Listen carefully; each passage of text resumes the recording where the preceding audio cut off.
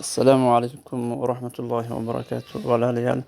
kusoo dhawaada janalkeena wadajir media subscribe noo saara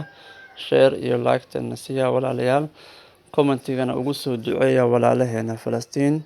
ee dhibaatada xoogan haysata muddada bilka ka badan commentiga ugu soo duceeya xalay waxaa ka dhacay magaalada Gaza duqeyn culus oo loo geystay walaalaheena reer Falastiin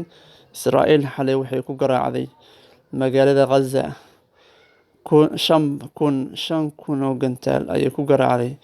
magaalada Gaza xalay waxay ahayd haweenidii ugu xumaa habeen ka mid ah magaalada Gaza markii magaalada ay ka baxday kadib aargudasho ay sameynayso darteed ayay 5,000 oo gantaal xalay ku garaacday waxaa ka mid ah meelaha ay beegsatay laba isbitaalka Al-Shifa isbitaalka Indonesia labadaas isbitaalna laba madfac ayay ku kala tuurtay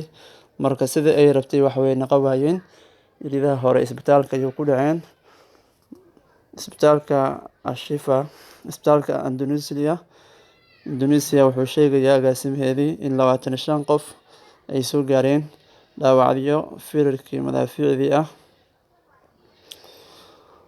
isbitaalka Al-Ahli ayay hore u weerartay oo ku dhintay 600 oo qof oo Falastiiniyiin ayaa hore ugu shahiiday isbitaalkaas nasiib daro Israa'iil way ka baxday magaalada Gaza mar walba ay ka baxdo magaalada Gaza argagixisho xoogan ayay u geysanaysaa walaalaheena Falastiin saas darteed ay madaafiicdaasi xoogan ku garaacday marka ayada la xanuujiyo oo taangiyaal iyo ciidan badan laga dilo waa lagu yaqaanaa Yahuudu way cafsadaan meelay ay beegsatay waxaa ka mid ah ambalaasyo ayay beegsadeen dadka rayidka ayay beegsadeen iyo isbitaalada ayay beegsadeen waxaa ka mid ah waxay beegsadeen xafiiska hay'adda aan xuduudda lahayn loo soo gaabiyo ICRC xafiiskeeda ayay beegsadeen markaan wax ay reebanayso ma lahan xafiiskeeda taa way beegsanayaan dhanka kale Xamaas ayaa xalay waxay ku garaacday magaalooyin kala duwan ee Israa'iil 4 magaalo ka mid ah 4 meel kala duwan ayay weerartay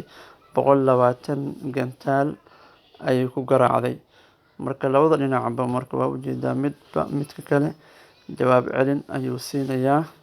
walaalaheena Falastiin garabkooda Alla galo Allaha guul siiyo u duceeyno walaalaheena Falastiin commentiga wadamo badan ayaa mar walba soo hadlaya xabada la joojiyo dhahayo